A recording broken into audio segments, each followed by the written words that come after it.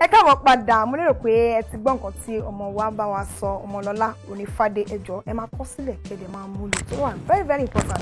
Wọ́n ní tílé bá sọ ni àwọ̀ láti mọ̀, àmọ́ àwọ̀ wa ẹ jẹ́ kó máa ṣe kíni kó máa glow lọ́tùn lósì.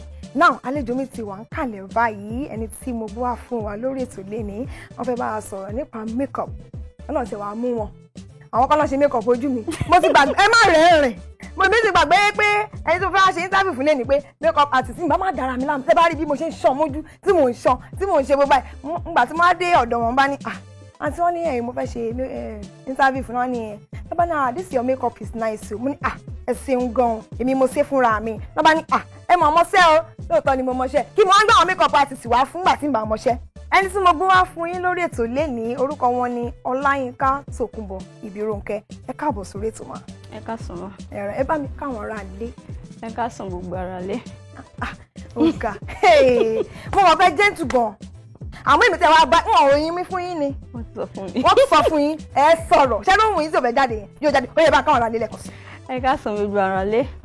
Lóbìnrin lọ́kùnrin ẹ kújọ́ mẹ́ta ṣé dáadáa ní gbogbo ará lé wà. Dáadáa náà wà dáadáa náà wà ẹ ṣe gan ni ẹ káàbọ̀ sórí ètò wa lẹ́kọ̀ọ́ sí.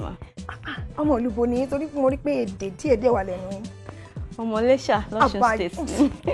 Ó yá ẹ̀yin ń tẹ́ rán mi ni ẹ ti mọ̀ pé tí wọ́n bá gbìyànjú wá sórí ètò tí ò báyìí ti fi èdè ẹ̀ kí wọn wọn ní gba gift mi ó yẹ fèdè yín kí àwọn ará lé. Ìpẹ̀lẹ́ o gbogbo ará lé. Wọ́n máa disappoint mi ẹ kí wọ́n lẹ́kọ̀ọ́ sí. Mi ìbéèrè dáadáa o.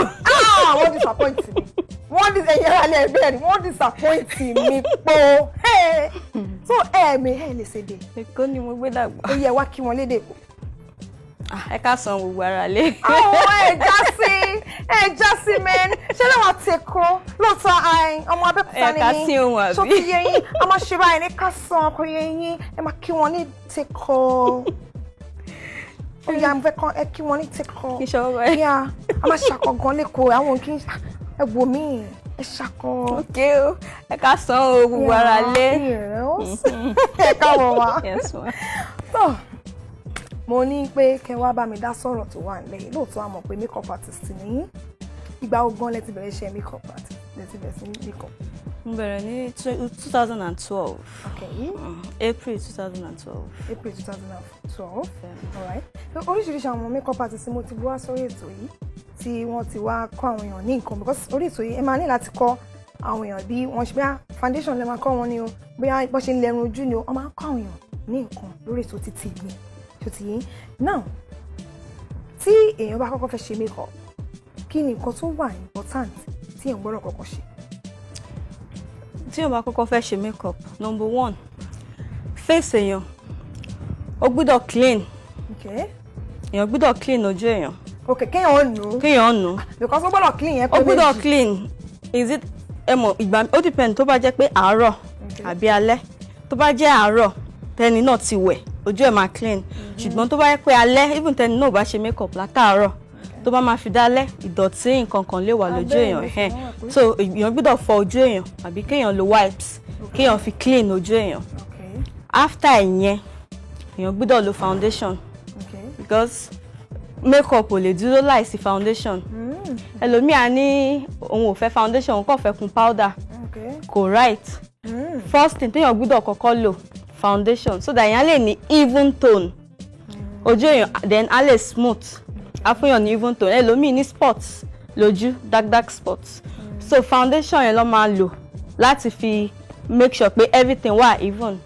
After ìyẹn àwọn ẹlòmíì ò really like makeup just ẹlòmíì nǹkan tó kọ̀ simple èèyàn gbọ́dọ̀ tọ́ brows èèyàn even téèyàn bá ṣe anything sójú èèyàn brows yẹn wà very very very important.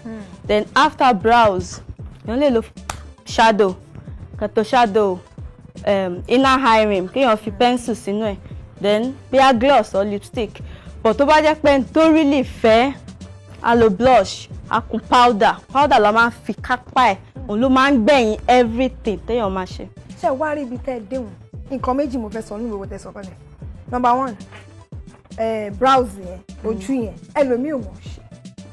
Bó bá wọn tún lè máa ń gbọ́ ọmọ alẹ́ kọ́kọ́ wọn wá nírọ́ o kọ́ wá fọwọ́ kọ ẹ̀yin tèmi ẹ má wọ̀rì mo ti dán jáàsì rẹ̀ ó ọmọ tó lọ ṣe èmi mo ṣe gbogbo kí ni ìfúnra ẹjọ́ ń rojú mi dáadáa èmi mo ṣe nǹkan yín ẹ ti dán jáàzì rẹ̀ bẹ́ẹ̀ bá lẹ̀ ní kọ́ wa nǹkan wọn wọ́n fẹ́ kọ́ wa kí ló dé àná ẹlẹ́ẹ̀kejì ẹ má bínú mo lè gbàgbé ẹlẹ́ẹ̀kejì yẹn tí ó dandan ni kí èèyàn kun blanche ni ẹlòmíì ò mọ̀ kun yóò wà dàbí baby kiss way.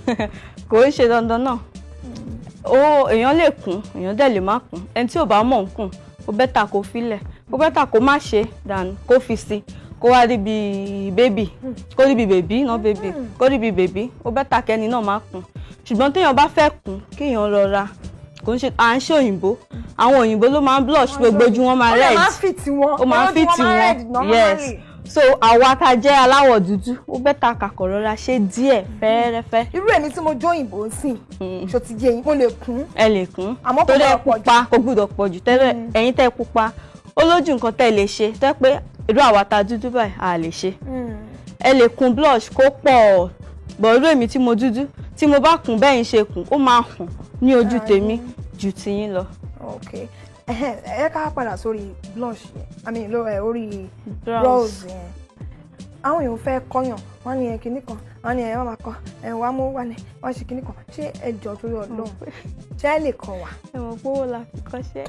ẹ má wọrí ẹ má àtẹ̀jẹun ẹ̀yẹ torí tí yín mo ṣe ń jà torí tí yín mo ṣe ń ṣe gbogbo eléyìí ara lé tó bá láwọn ò lè kọ́ wa ń kọ́ yín níjọ́ kan bọ̀ ń mú bíléèdì mo mọ tán máa ń ṣe ẹ jẹ́ kọ́ yín wọ́n ra bíléèdì tó bá ti ra bíléèdì tán wọ́n wá ra ẹ̀jẹ̀ ìyá àwọn ẹ̀kọ́ mi ẹ fún mi ní ìtì ó yẹ ẹjọ́ ẹ fún mi ní ìtì ẹ díẹ̀ bọ́ọ̀ṣì tẹ máa ń lò yẹn. ẹ lè lo mascara wand. mascara wand àbí mascara yẹn. ọ ẹ lè lo toothbrush téèyàn ò lò mọ́. ok toothbrush téèyàn ò lò mọ́. èèyàn lè lò yẹn náà. don jazzy rẹ̀ ṣé wàá rí búrọ̀ṣì ẹ wà mú ẹ fi kọ́kọ́ búrọ̀ṣì rẹ̀ sókè ṣé wàá rí irun tó bá wà lókè yẹn tó sílẹ̀ yẹn irun tó wà lókè tó bá wà lókè irun the brush sókè yẹn ẹ wá fi blade ẹ má gbéra yín lójú o ẹ wá fi blade ẹ rà fi trim ẹ kúrò ẹ máa trim ẹ ẹ bá trim ẹ tán ẹ wá tún brush ẹ padà ẹ wá mú eye pencil yín ẹ ti yẹ mi mo ṣe lè ṣe ẹ má rí máa ra cardboard níjọ́ kan màá wá draw ẹ fún yín ẹ wá rí mo mọ ẹ má ṣàkóso ara ilé mi mọ́ oyè yín ẹni tó bá fẹ́ kọ́ bá ṣe máa ń kọ́kọ́ kọ́ wọn náà nìyẹn. a máa draw ẹ̀ sí kínní tó bá ti lè draw ó ti tán ó ti mọ̀ ṣe ẹ̀dẹ̀ wá ṣàkọsí wa ẹ máa wọ àwọn tèmi dẹ̀ mọ̀ ọ́n já gan ọmọ nǹkan wọ́n máa sáré pìkẹ̀ pápápá àwọn tí mọ̀ ṣe. so now ẹlòmíì wà á máa kun á máa ṣe makeup inú ilé tí ò jáde ẹjọ́ ṣé ó máa jẹ́ kójú rẹ̀ dà sí ni àbójú rẹ̀ ó mọ̀ bàjẹ́ sí.